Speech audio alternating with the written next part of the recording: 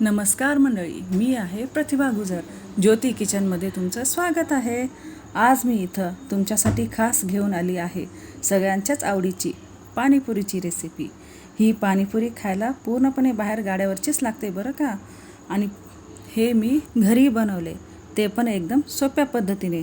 आणि पुरी देखील एकदम टम फुगलेल्या व खुसखुशीत झाली आहे. तर मग चला मंडळी, रेसिपीला सुरुवात करू. त्यासाठी एका भांड्यामध्ये 1 वाटी रवा मी घेतलेला आहे आणि त्याच्यामध्ये अर्धा वाटी मैदा आपल्याला घालायचा आहे. आता मैदा घातल्यानंतर चवीनुसार मीठ, म्हणजे मी इथं किंचित असा अर्धा चमचा घेतलेली आहे, ते घालायचं आहे. आता हे सगळं आपल्याला एकजीव असं फिरून घ्यायचं आहे. आणि हे पीठ भिजवायला मी इथं गरम पाण्याचा वापर केलेला आहे. तर गरम पाण्यामध्ये आपल्याला व्यवस्थित असं पीठ हे मळून घ्यायचं आहे. पीठ भिजवताना पाणी हे एकदाच घालायचं नाही आहे. आवश्यकतेनुसार आपण थोडं थोडं करत पाणी घालायचं आहे आणि पीठ भिजवायचं आहे. गडबड न करता निवांत आणि सावकाशपणे आपल्याला हे पीठ मळून घ्यायचं आहे. आणि हे पीठ आपल्याला जास्त पातळ नको आहे, म्हणजे थोडंसं घटवर असंच भिजवून घ्यायचं आहे. आता मी इथं हे चमचा बाजूला ठेवून हातानंच पीठ मळणार आहे. आता हे थोडं कोमटच आहे पीठ आणि मी हे आता मळून घेत आहे.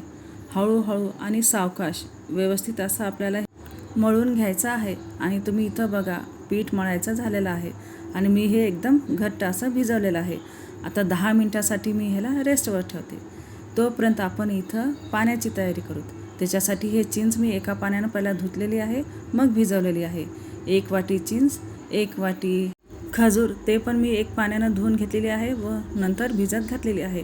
आणि 1 वाटी गूळ असं मी घेतलेली आहे. आणि परत त्याच्यासाठी इथं आपल्याला अर्धा वाटी पादा नमक, कोथिंबर, 2 चमचे मीठ, पुदिना आणि 1 चमचा मी हे लाल मिरची पावडर घेतलेली आहे. आता इथं पुरी तळायला घेऊत. त्याच्यासाठी आता पोलपाटवर आपण भिजवलेलं पीठ हे एकजीव करून घ्यायचं आहे. आता तुम्ही पाहू शकता, इथं मी आता पीठ भिजून पण 10 मिनिट झालेली आहेत आणि मी हे पीठ घेतलेली आहे. आणि हे पूर्णपणे आपल्याला 5 मिनिट असं पोलपाटवर एकजीव असं करायचं आहे. आणि एकजीव झाल्यानंतर मी त्याचे 2 भाग पाडलेले आहे. आता 2 भागमधलं मी 1 भाग घेते आणि त्याची अशी वळकटी करते आणि वळकटी करून त्याला परत एकजीव असं वळून घेत आहे. असं केल्यानं आपल्याला सगळेच पुरीचं साईज एक समान मिळणार आहे आणि एकसारखे हे असे उंडे आपल्याला करून घ्यायचे आहेत. आता हे पहिल्या भागाचे सगळे उंडे मी इथं करून घेतली आहे. आता प्रत्येक गोळा हे आपल्याला हातावर असं गोल गोल फिरवायचा आहे आणि हा थोडासा चपटा करून एक बाउलमध्ये आपल्याला काढून घ्यायचा आहे. आता अशा पद्धतीनंच मी हे सगळे उंडे करून घेतली आहे. आता ते झाल्यानंतर हे राहिलेल्या पुरीचा दुसरा भाग पण मी वळकटी केलेली आहे आणि त्याचे उंडे पाडलेली आहे. उंडे पाडणं झाल्यावर परत तळहातावर घासून घासून त्याला गोल करून किंचित दाबून असं आपल्याला इथं एका बाउलमध्ये काढून ठेवायचे आहे. तुम्ही पाहू शकता, 1 कप रव्यापासून मला एवढे इथं 50 उंडे असे तयार झालेले आहेत. आता हे आपण लाटायला घेऊ. त्याच्यासाठी मी पोलपाटवर 7-8 असे उंडे घेते आणि बाकीचं राहिलेलं सगळं झाकून ठेवलेली आहे. आता हळू आणि सावकाश आणि हलक्या हातानं हे आपल्याला लाटून घ्यायचे आहेत. आता हे लाटेपर्यंत मी गॅसवर कढईमध्ये तेल बारीक गॅसवरच गरम करायला ठेवलेली आहे. इथं पुऱ्या लाटेपर्यंत तिथं आपल्याला पाहिजे तसं तेल गरम होणारच आहे. आता इथं तुम्ही पाहू शकता, अर्ध्या भागाचे मी पुऱ्या लाटून घेतलेली आहे आणि सगळ्यांचे साईज पण एक समानच झालेली आहेत. आता मला पाहिजे तसं इथं तेल पण तापलेलं आहे. तेल आपल्याला एकदम कडक असं करायचं नाही आहे. तेल फक्त आपल्याला गरम करायचं आहे, जे की एकदम त्याच्यातून वाफा नाही निघायला पाहिजे अशा पद्धतीने. आता पहा, तेलामध्ये एक पुरी सोडायचं आणि त्याला किंचित दाबायचं. जोपर्यंत ही पुरी फुगत नाही आणि वर येत नाही तोपर्यंत आपण दुसरी पुरी सोडायचं नाही. आता अशा पद्धतीने मी हे पुऱ्या तळायला चालू केलेली आहे. आता अशाच पद्धतीने मी एक झाल्यानंतर दुसरी, दुसरी झाल्यानंतर तिसरी हळूहळू पुऱ्या तेलामध्ये सोडत आहे आणि ते फुगल्यावरच नंतर सगळे पुऱ्या हे पलटून घेत आहे. आता मीडियम गॅसवर एकदम सावकाश आणि निवांतपणे सगळेच पुऱ्या हे आपले तळून होत आहेत. आता अशा पद्धतीने पुरीने कलर बदललेला आहे आणि आता हे एकदम परफेक्ट अशी पुरी तयार झालेली आहे। तर इथं तुम्ही पाहू शकता पुरीला जरा पण तेल हे धरलेलं नाही आणि सावकाश आणि अलगद हे मी पुरी आता एका ताटामध्ये काढत आहे। आता अशाच पद्धतीने मी हे दुसरं घाणा पण तळून घेणार आहे।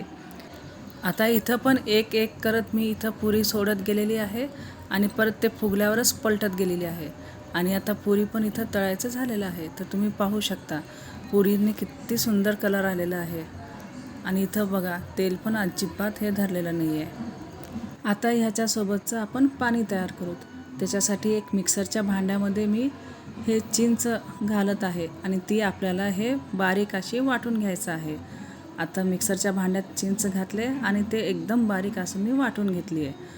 आता हे वाटल्यावर जरा गाळसर असं झालेली होती, त्याच्यामुळे मी त्याच्यात थोडंसं पाणी मिक्स करून हे गोल गोल असं त्याच्यातून पळी फिरवत आहे, जेणेकरून आपल्याला गाळताना एकदम सैलसर असं पाणी खाली पडेल आणि एकदम लवकर आपल्याला हे गाळता येईल। तर बघा इथं आता मी हे चाळणीतून चिंचेचं पाणी हे गाळत आहे। आता हे असंच खाली पाणी पडत आहे आणि वर मी हे गोल गोल फिरवत आहे। आता हे झाल्यानंतर आता आपल्याला त्याच मिक्सरच्या भांड्यामध्ये हे खजूर वाटायचं आहे। आता इथं खजूर तुम्ही बिया असलेले जर खजूर असतील तर त्याचे बिया सगळे काढून टाका, मगच वाटा। आता हे खजूर मी बारीक छान असं वाटलेलं आहे आणि परत ह्याला पण मी गाळून घेत आहे। आता इथं खजूर घातली आहे आणि परत त्याला पळीनं गोल गोल फिरून गाळून घेत आहे। आता इथं मोठं मोठं पण खजूर असंच राहिलेलं आहे। आता त्याच्यामध्येच मी हे गुळाचं पाणी घालून परत पळीनं इथं फिरवणार आहे।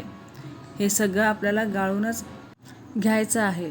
आता इथं पहा मी पळी फिरवत आहे। आता जेवढं पेस्ट होतं ते सगळं खाली उतरलेलं आहे आणि हे सगळं वर आणि अजून चोथा शिल्लक राहिलेला आहे। आता हे सगळं खजूर परत मी एकदा मिक्सरच्या भांड्यामध्ये घालत आहे आणि त्याचबरोबर जे गूळ आहे ते पण मी मिक्सरच्या भांड्यात घेऊन हे सगळं मिश्रण आता मी वाटत आहे। आता एकदम बारीक असं वाटणं झाल्यानंतर परत ह्या मिश्रणाला मी चाळणीतून गाळत आहे। आता 2 मिनटं असं गोल गोल फिरवल्यानंतर हे सगळं गाळून झालेलं आहे। आता जेवढं गाळता येईल तेवढं गाळायचं आणि जे राहिलेलं थोडं किंचित असं चोथा शिल्लक राहणार आहे ते बाजूला काढायचं आणि परत चाळणीला थोडंसं पाणी घालून मी हे चाळणी पण बाजूला काढलेली आहे। आता ह्या भांड्यामध्ये परत मी 2 तांबे पाणी मिक्स करत आहे आणि त्याचबरोबर इथं मीठ, पादानमक, लाल मिरची पावडर जे की मी असं डायरेक्ट न घालता ह्याच्यामध्ये थोडंसं पाणी घालून हे पाणी पळीनंच गोल गोल फिरून परत ह्या पाणीपुरीच्या पाणीत घालणार आहे, जेणेकरून मिरचीचे गाठी पाण्यामध्ये नाही व्हावं, म्हणून मी असं हे करत आहे। आता तुम्ही पाहू शकता इथं मी मिरचीला परत चमच्यानं गोल गोल फिरून परत ह्या पाण्यामध्ये घालत आहे। असं केल्यानं वर मिरचीचे गाठी अजिबात तरंगणार नाहीत। त्यानंतर मी इथं कोथिंबीर आणि पुदिना घालत आहे। आता हे सगळं घालणं झाल्यानंतर हे आपल्याला गोल गोल फिरवायचं आहे। हे सगळं एकजीव झाल्यानंतर पाणी हे तयारच आहे। तर मग चला मंडळी, घ्या आता पाणीपुरीचं ताट मांडून। इथं पुरी घेतली आहे, पाणी घेतलं आहे, शेव आणि गरमागरम वटाणे आणि त्याचबरोबर बारीक कट केलेला कच्चा कांदा घेतलेली आहे। तर मग काय आता एक मी खाऊन बघते इथं। आता एक पुरी घेतली आहे, ते मी आता फोडली आहे आणि एकदम खुशखुशीत अशी ही पुरी झालेली आहे।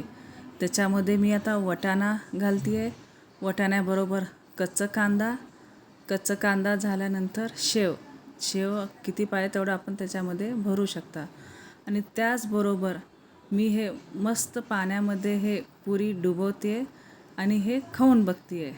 मग एकदम झक्कास। पूर्ण व्हिडिओ बघितल्याबद्दल धन्यवाद।